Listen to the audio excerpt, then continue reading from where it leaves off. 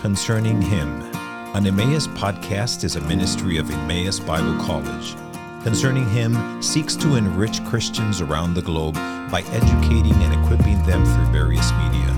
For more information about Emmaus, please visit emmaus.edu. Hello and welcome to another episode of the Concerning Him podcast. Today we are joined by a good friend of mine, former teammate of mine, Logan Matenaer. Welcome, Logan. Hey, good to be here. Thank you, Erik. I'm excited, man. It's good to see you, though it's only over Zoom. But you'll be here in a few weeks on campus. Is that right? Yeah, I think we're playing an alumni game together, if that's still the plan, as long as you don't get injured between then and now.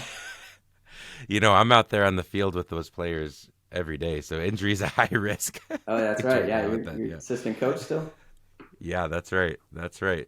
Well, anyways, that's not what we're here to. We're not here to talk about soccer, but it's good to see you. I'm happy to have you on, and yeah, a lot of exciting stuff going on in your life, especially in the last year. Pastoring this small church in this small town in Iowa, and I'm looking forward to talking to you about that. But let's just get started today with kind of your story. Who are you, Logan? How has the Lord worked in your life to find yourself in small town Iowa as a rural pastor?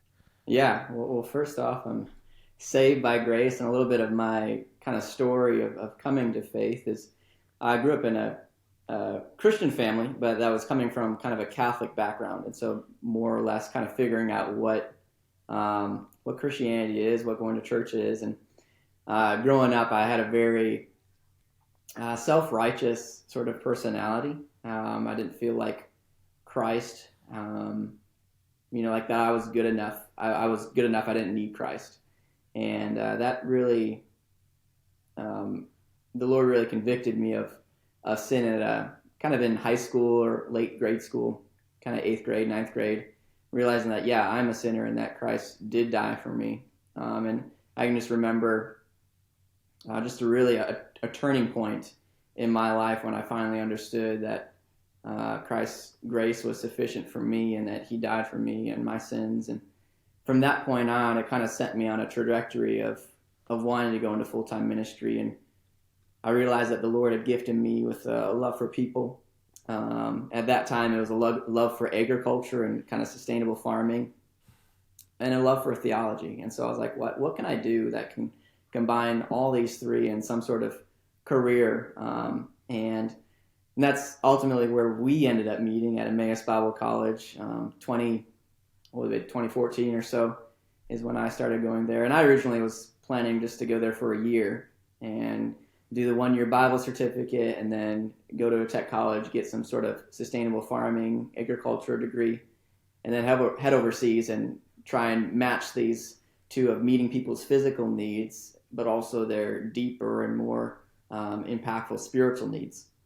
And then the first year at Bible college, much like my self-righteousness, I went into with a little bit of a haughty spirit, thinking, I grew up in church, like this will be all review for me. And that turned out not to be the case.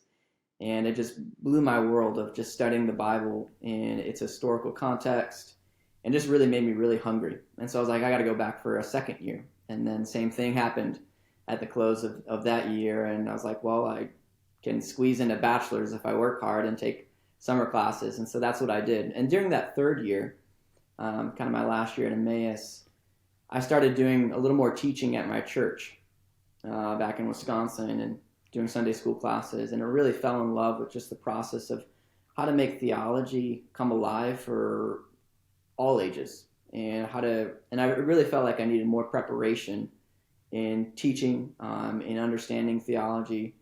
And so that's kind of what propelled my wife and I during that time. We started dating and we got married at the end of summer of 2018. And a week later, I was starting classes at Dallas Theological Seminary. And that with the kind of idea of going into sort of a teaching professorship role of some sort. And halfway through my time at seminary, the Lord kind of shook me up a little bit because I didn't feel the same passion of going into full-time teaching that I once had. And it kind of threw me through a loop quite a bit. And I was like kind of on this shaky ground where I didn't know where I was going or where the Lord wants me.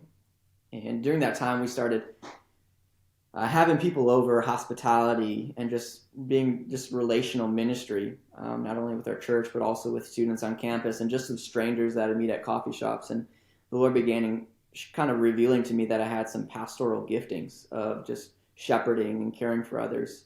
And so while I'm having this, midlife crisis in seminary of not going what I thought I was going to do, and then outside of the classroom, I'm having this sort of joy and life of just shepherding people and being there in discipleship. And we really began noticing that. And during that time, Village Missions surfaced during our second and third year.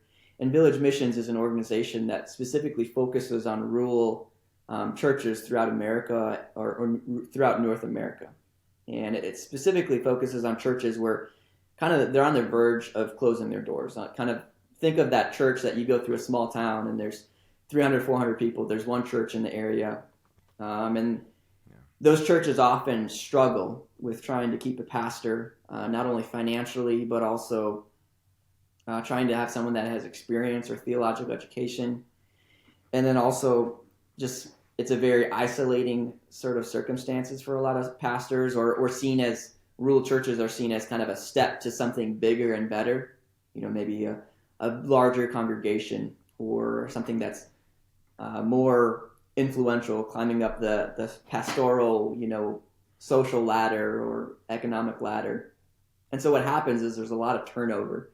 It's very hard for these rural churches to get pastors and maintain them and financially support them. So what Village Missions does is they provide kind of these key things that you need in a rural setting. Is you need financial sustainability.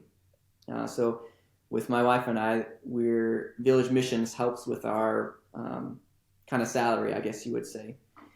And then they also provide some sort of spiritual oversight and guidance. So, you go to a town where there's one church, you're the only pastor, there's not a lot of spiritual mentors or things that you can bounce things off of. And so Village Missions, they have things, people in place to help with that. And so I regularly contact this gentleman who's kind of oversees 20 to 30 village missionary churches or pastors. And, hey, I'm going through this certain issue or complication at my church. What are your thoughts on it? And kind of a bouncing wall that I can bounce ideas off of. And then what other things? Yeah, financial support, and then just spiritual oversight. And just, it can be very isolating, I think, for a lot of pastors in rural settings because you're very isolated. And so this organization helps with that by facilitating pastoral conferences, or we have our what's called district representatives. That's the person that I reach out to if I have questions or comments or want a fellowship. They come and visit us every twice a year just to provide that sort of relationship. And so during seminary, we'd actually heard about Village Missions back at Emmaus, but it was 3 or 4 or 5 years since it kind of resurfaced again. And the thing about that attracted us to Village Missions was this kind of incarnational approach to ministry. You're not only pastoring the church and being involved in church life, and honestly that, as a solo pastor, that looks like anywhere from preaching to teaching to doing announcements, leading music, being a part of AV or audiovisual, youth pastor, children's ministry. There's been Sundays where I have all those hats on in a given Sunday. But you're not only pastoring the church, but you're also pastoring the community. And so the idea behind Village Missions and their role for a pastor is that you spend half your time being out in the community. You're being where people are. And that's what I really loved, because that's kind of where my heart was. I didn't want to be stuck in a office just preparing for Sunday mornings, day in and day out, where it becomes a cyclical routine, just Sunday after Sunday, putting on a production. Not to say that there's anything wrong with putting time into teaching, but I knew for me, I wanted to be out, having coffee or with people, or having the flexibility to. Audubon's a very that's where we're placed now, is Audubon, Iowa, it's a very agricultural community. And so there's times where I'll just go help farmers trim their fence lines. And so I knew that with Village Missions, if they gave me that freedom to do what I already wanted to do and just do that relational aspect of ministry, I was like, I could get on board with something like that. And Village Missions is a non-denominational organization. So part of the process, if a church wants to go with Village Missions, is they have to lay aside their denominational affiliation. And then Village Missions will go about, seeking a pastor that they'll place in that sort of remote or rural town. And so Village Missions has, I think, 230, 240 different fields or different churches and pastors all throughout the U.S. Not in all 50 states, but a good majority of them. And so, that's how we heard about Village Missions, and we just really resonated with their motto. And it's their motto is preach the word, love the people, and that's where our heart was, and the heart is still now. And so we began filling out this application, and I mean, it's a pretty lengthy application. They're pretty thorough, and every step of the way, the Lord just confirmed that, this is where we're supposed to go. And so about last year, we graduated Dallas Theological Seminary in May of 2022, and then through the course of the summer and into the fall, we were placed in Audubon, Iowa on October 26th is when we were placed, and I had my first Sunday here, October 29th. So we're coming up on a year-long kind of our work-anniversary or past-anniversary, however you want to say it. And it's been really good. I mean, it's a lot of growth, not only personally, but spiritually and just culturally too. And I wanted to share a little bit about rural culture, just because it is a different beast and it impacts how you do ministry. And so during last summer, my wife and I wanted to kind of gain as much exposure as we can to rural ministry. And so we took this class called, it's through RHMA, which stands for Rural Home Mission Association. And it was an intensive class. And through that, they talked about rural culture and just a few of the things that we really resonated with. And I'll kind of intersperse some kind of personal stories of my interaction in Audubon, Iowa in rural culture. But there's a value of preservation over progress. And so you go to urban settings, the newest thing is almost the best thing, right? But in rural settings or rural areas, change is really hard. And, the idea of progress is seen as kind of this outside force that's going to change heritage, change the way they've done things. And so, being here, just running into things at the church or community, sometimes I'll ask, why do we do things this way? What's the logical reason of why you, put that podium up? And they'll just be like, oh, we've just always done it. And for me, I'm like, well, that's not a reason. That's just a statement. But that's kind of the thing is, you'll run into that in rural cultures where it's always been done this way. And to infringe upon that can be very disastrous. And so one of the things that Village Missions tells us is really don't make any changes within the first year. Just learn the culture, learn who's, how they like their service or what songs, and don't change anything. And so that's taught me like just a lot of patience, because I'm constantly a person where I see something and I want to make it better. I want to make it more impactful. But sometimes in that process, I can lose sight and damage relationships, which gives us to the kind of the second thing that we learned is, there's family over fraternity is what we learned in the class. But I see that time and time again. As soon as we moved here, within the first couple of weeks, I knew who the prominent names in the town were. Like, okay, like you meet a Christensen, like that's, it's a founder of the town, or that's a big name. And just in this agricultural community, we have people who've, generational farmers who've lived here for, over 100 years, and their families grew up here. And I even see it in the church too. Like, Audubon's a unique situation because there's not one church, but there's about like 5 or 6.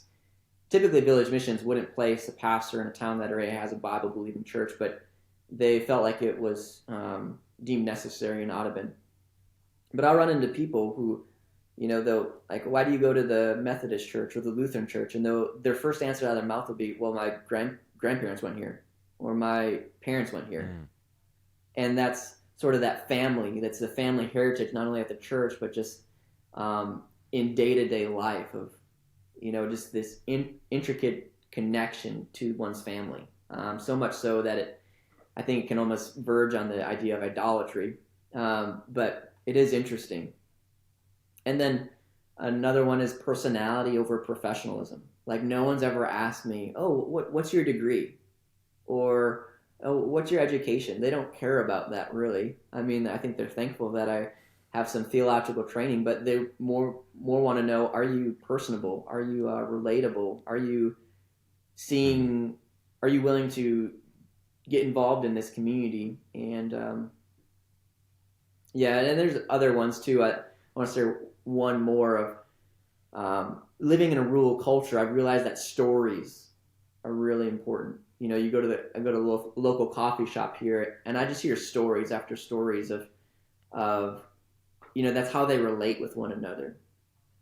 It's not so much through proposition or logical arguments. It's just through stories, sharing with one another of upbringing or their life. And even in preaching, I found that people resonate with sermons when I have relatable stories in them, not so much when I have kind of this Pauline logical argument.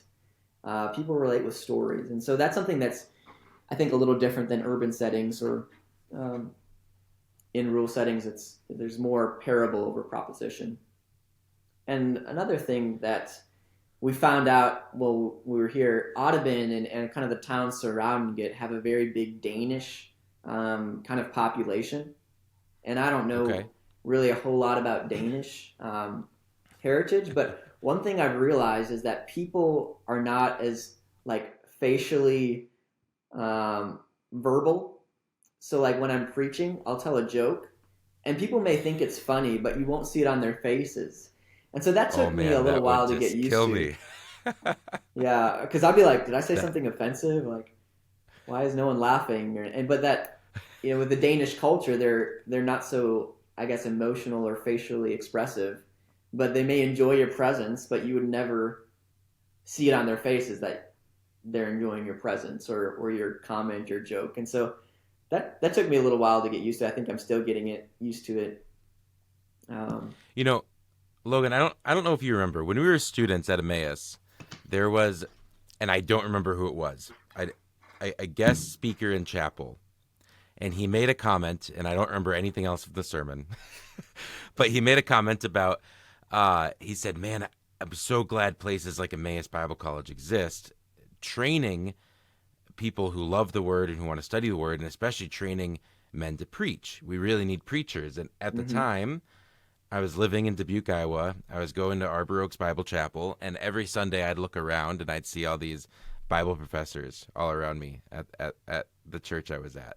And we'd have people, we'd have trained, experienced preachers go months and months without preaching. And I remember thinking, America doesn't need preachers. We have way too many preachers. And then I graduated. I moved out of Dubuque, where, we're kind of, at least with Emmaus, and I'm sure a lot of places with Bible colleges, seminaries, towns, they kind of have this concentration of trained people. Obviously, it makes sense. But I spent some time in Minnesota. I spent some time in Pennsylvania, and I realized, I was like, no, America really does need preachers.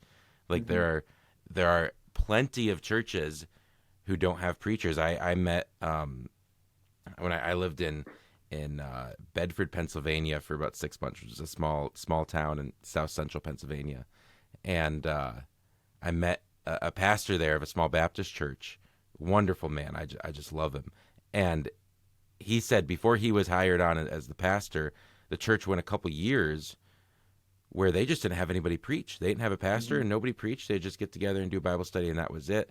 And they were desperate for preaching, but they just didn't have anybody. So it strikes me at something like Village Missions. I mean, everybody's context can kind of really influence what they assume the need or lack of need is. And I think, when we were in school, my assumption was, oh, there's not really a need, but there really is. I mean, there's a lot of these small towns where there's no Bible believing church, or there is, but there's like 4 people or 5 people there, and they don't have anybody who wants to preach or who can preach or who's trained to preach. And so I think it's so cool what Village Missions is doing in general, and then I think specifically what you're doing. And is it Audubon? Is that how you pronounce it? Audubon, Iowa? Yeah. I mean, it's, we found out how to say it when we got here, but, you read it and you're like, Audubon, Audubon. You're like, everyone knows the Audubon, but then it's kind of like an I at the end, Audubon. So, yeah. So tell me about maybe like specifically, and you've done some already, but this town and the people at this church and some of your experiences. So the town, I was thinking kind of breaking it up a little bit of, speaking about the church and then community and then just kind of personally as well. The town is itself about 2,000 people, and it's very agricultural based, a lot of farming. I would say primarily agriculture, cattle. So lots of corn. You drive here and there's corn everywhere. And but a little bit about the church history. So Faith Community Church is the church that I'm pastoring. It was kind of started in the early 2000s. And as far as I understand from what I've been told in stories, it's a pretty healthy church back when it started. I mean, I think there was well over 100 people, members attending. And then through the course of kind of 10 to 15 years, they had a few pastors come in, and then for a while they just had a teacher for about, I think, 8 or so years, and he didn't pastor at all, but he was just a teacher, so he'd come in and teach, but he didn't want to do sort of that day-to-day life, shepherding, visitation sort of aspects of pastoring. And then after he moved on or went other places, there was around like 3 or 4 pastors before me who only stayed about anywhere from like 6 months to 9 months. And so kind of this idea of how change can be very disastrous of, you have change in an urban setting that's not awful, but in a rural setting where change is very difficult, people handle it really differently. And so to have some of those quick changes time after time after time really, I think, really dwindled the numbers to where we got to a point where we just had 12 members. And that was when we came. And kind of the environment when we arrived was, up until that point, they had been watching sermons online. All the music was online, YouTube. And so, that's just a different feel. I don't know if I've never been to a church where, I've watched video recordings of sermons or like what do they call that? Campus site, where there's, a screen of the pastor. But but I've never been to a church where music was totally online. And so for about 7 months, we were listening to, songs off YouTube. And just recently in July, I started leading worship on guitar. I got proficient enough where we could switch to live music. And kind of reasons behind wanting to do that is not only I think it's beneficial to hear one another worship and to have live music, but it's also opens up an opportunity for people to use their gifts. And that was really cool just to see God really work in that, because worship leading is not my forte. It's not my gift, but I found that in small churches, people almost need a little jump start to get moving. And the only way to do that is to initiate it yourself, and then hopefully people will fall into that and use their gifts. And one day, I think the idea is to them take over some of that ministry. But the first week we had 5 people sign up. We had a drummer, a bass player, and a guitarist, a vocalist, and it and half of those people recently started coming in the last like month. And so it's really cool to see God answer those prayers, those longings for live music, and do it in like the simplest and like most adequate way of having like one of everything that you need for a band. And then just like, just coming here, it felt very much like a church plant where everything had to be kind of started up from ground zero. And even we have 2 elders, but even then, like the position of an elder was just someone that you just voted. You just voted on like a board committee, and the idea of an elder shepherding, teaching, leading, serving was really a foreign idea. And so what I did early on, I think it was started in January, is I started taking my elders through this book, Church Elders by Jeremy Ryan. It's 9 Mark's book. Yeah. And just walking through, chapter by chapter, kind of what it covers in, 1 Timothy and Titus, of the qualifications of smelling like the sheep, of, teaching. And, that's been a really cool process, but it's also been really humbling, just of me coming in with this framework of what an elder is, and then seeing, kind of where they're at and their perception of an elder, and to reel them in and to help them understand what an elder is, and to encourage them to live out that role and the responsibility. And so it's been really cool to just see little nuggets of growth in them. I remember a really big change that we had was starting in January. We had this family. They have about 10 or 11 kids, and there was about 4 adults in the family, so very dysfunctional. Like all the kids are from different parents, and this family started attending our church. And kind of the immediate reaction was to all like the original 12 members was to just like huddle behind this counter in the kitchen, just because they didn't know what to do. And, just like my wife and I just kind of like reaching and like welcoming these people, but everyone else was like, new people, like, what do we do? Like, how do we respond to, newness and change as a family that doubles the size of the church does. But what was really cool to see is, as we're going through these chapters of like smelling like the sheep, of being intricately connected to the people who are attending our church and who were called as elders to shepherd. It was really cool to see them like reach out and go visit this family and even bring meals to them. And so it's really cool to see those like little fruits, because it can be very like frustrating and difficult at times, I think, in rural ministry, and just being more of a kind of a solo pastor, is that you have a lot of weight and responsibility, and you feel like you're the only one, wanting to get to a certain direction. It can sometimes feel like you're trying to pull or push a rope instead of pull it.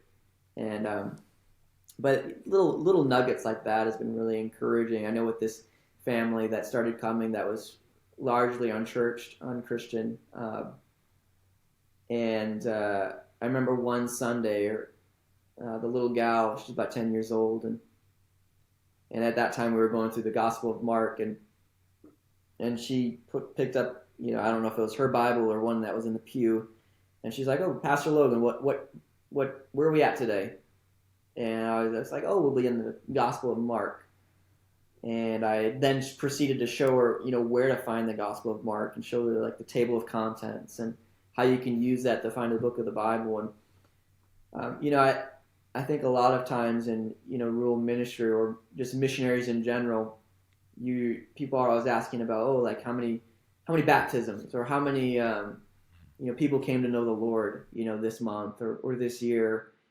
And I want to get there, but we're not there yet. But our baptisms and our people coming to know the Lord are our kids finding out how to use a Bible, finding out where the book of Mark is.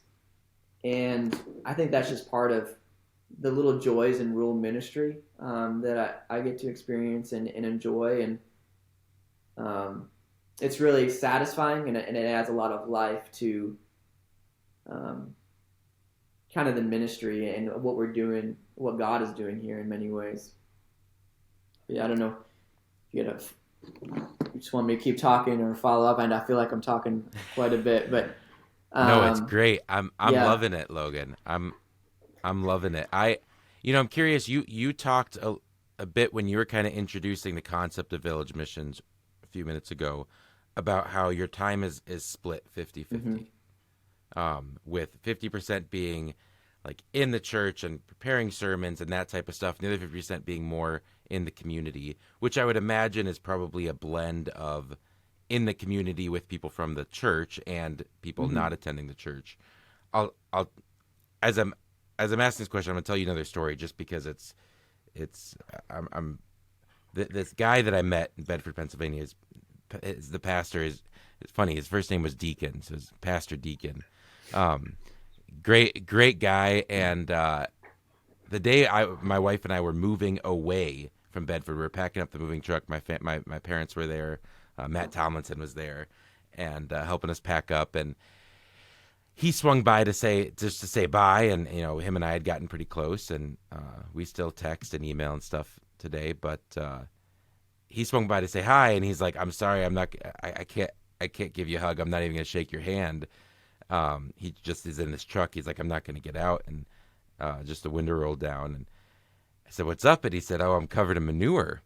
And he had been in the farm, just somebody from his church, and he's full-time pastor. He wasn't farming on the side or anything like that, but this was, he was connecting and relating and helping with the people in his church and just living life with them. I had Reagan Banaski on the podcast recently. We were talking about discipleship, and one of the things Reagan was talking about was how part of discipleship is just doing the things you would normally do in life, but doing it with people and doing it intentionally and pointing them towards the Lord in this, just living life with them intentionally.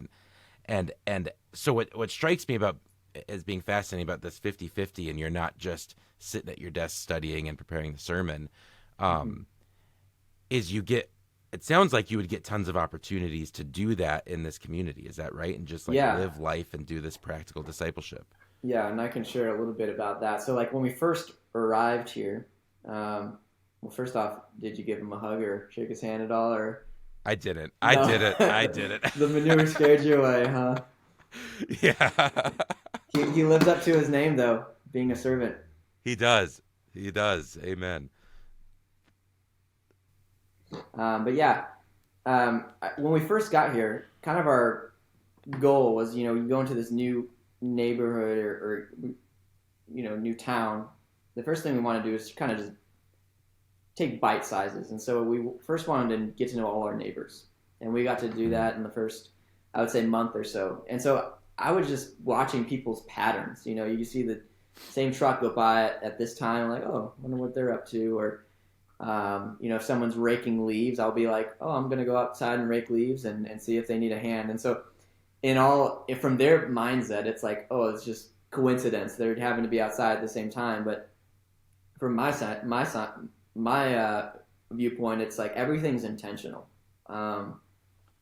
Being outside or seeing people or putting myself in the paths of people, because I just want to rub shoulders with whoever as much as I can. And what I found out early on is that this idea of going door to door, which I think some pastors before me have done, really wasn't the culture of Audubon. It was more people meet each other by serving shoulder to shoulder instead of face to face. And so with that in mind, my wife and I started thinking, okay, how do we do that? How do we rub shoulders with people? And the biggest way to do that is just volunteering. And so we have, we'd go to the library and, pick out books, and they had a reading program where, you could read books to kids during the summer. And so I was like, I can read some books, and I did that. And then there's a local theater in town too. And so just 4 or 5 months ago, we started volunteering with that. And sports is very big in Audubon. And so we would write down all the games, high school games, and we would try to be at almost all of them, just because, people aren't coming to church. I think that's just a misnomer in this day and age, that, if you have a big event at church, people are going to come, or you have a flashy enough invite, people are going to come. But, and so the idea of, drawing people in through advertising or, cleverness is not necessarily works. But relationships work. And so if I can go to a baseball game and sit shoulder to shoulder with Scott, who farms, and get to know him, and then that would maybe pave a way to having them over, and then they get to know us more, and maybe one day down the road, they might consider, Christianity or who Christ is, or coming to church. And it's a very natural sort of way of doing ministry. It's it just flows relationally from one step to the next. And so that was kind of, what we do. We're heavily involved in the community, just anywhere where we can serve. Well, keeping in mind, it's been a little tough recently just because so much has been happening inside the church, starting youth programs, kids ministry, worship ministry, preaching, that I don't want to sacrifice the community on kind of the altar of serving in the church. And so that's been a challenge, I think, that I'm still wrestling with, is how do I, still be that, 50-50 in the community, in the church. But yeah, that shows a little bit, or reveals a little bit of, what we do in the community. And lately we've been, I think since the in spring, there's this new Christian group. It's called Fellowship of Christian Wheelers. It was started by high schoolers, kind of wanting to facilitate. It's not associated with any church in particular, even though some of the kids go to church. But it's meant to facilitate kind of Christian, people growing in their faith and learning about Christ. And so we heard about it, and it's recently started up this past year. And so what'll happen is on, first and third Sundays, I'll go and hang out with these youth, and we'll have them over to our place or meet at the local rec center. And usually they've been having us teach on kind of a biblical perspective of certain topics that teenagers facing, things as, friends or dating or death and dying. And then me and another pastor will kind of give a theological perspective, or what does the Bible say about these sort of topics. So it's very topical in nature. But that has been really good to connect with the youth. Then also I help out with the nursing homes in Audubon. And so I'll regularly visit there and also do what's called a Vesper service. It's basically a Sunday service for, individuals who in that nursing home who can't go outside the doors. And so just worship, there's preaching, there's a message. So yeah, I really love that aspect of it. I think that's been the most exciting and most life-giving part of what I do is just doing life to life with people. And I think a lot of ministry happens, on the gator or around the dinner table instead of at the pulpit. Not to say that the pulpit isn't important, because it is. People need to hear the word of God, but that sort of ministry where it's life to life and people are sharing more openly about who they are and what they're struggling with, and being able to have a voice and provide kind of the voice of what God would say about that, or direction or wisdom, is really, really a privilege to be doing. This all sounds amazing, Logan. It's awesome. As we start to wrap up here, I'm curious if you have any other stories you'd like to share, cool experiences, something, anything that you'd like to share. Yeah, okay, I got one. So it was like a couple of weeks after we got here, and I'm just trying to get my grasp on the community, trying to see any door open to meet people. And so one of the ways we do that is through the newspaper. And so we got a newspaper, and I saw on it that there was this gentleman. He was celebrating his 70th birthday.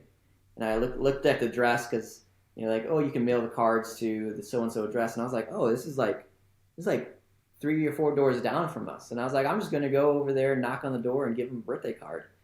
And my wife was like, no, you're not. Like, that's crazy. Like, you don't just go knocking on people's doors that you don't know and giving them a birthday card. And so, like any stubborn man, I didn't listen to my wife. So I went over and I gave him this birthday card, and he ended up inviting me in, and I was like in his living room for an hour, and I, never met him.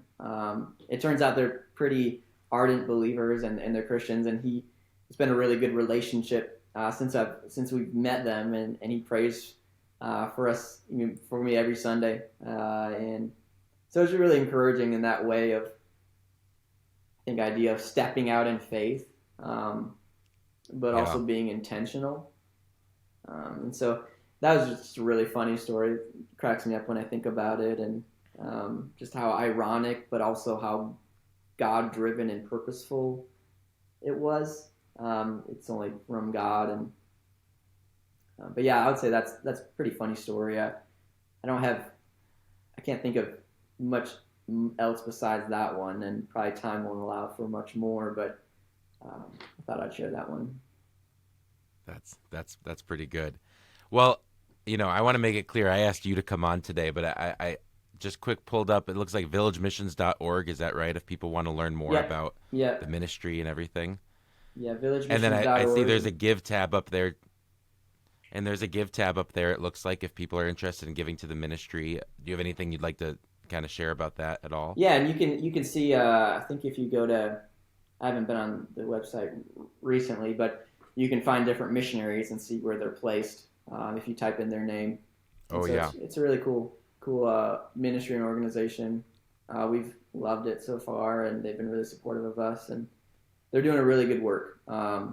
I think sometimes we think of rural America as this kind of gem hidden in the rough, and like everything's right and beautiful. But I mean, we're dealing with a lot of the same issues in urban settings: suicide, drugs, pornography, all sorts of stuff.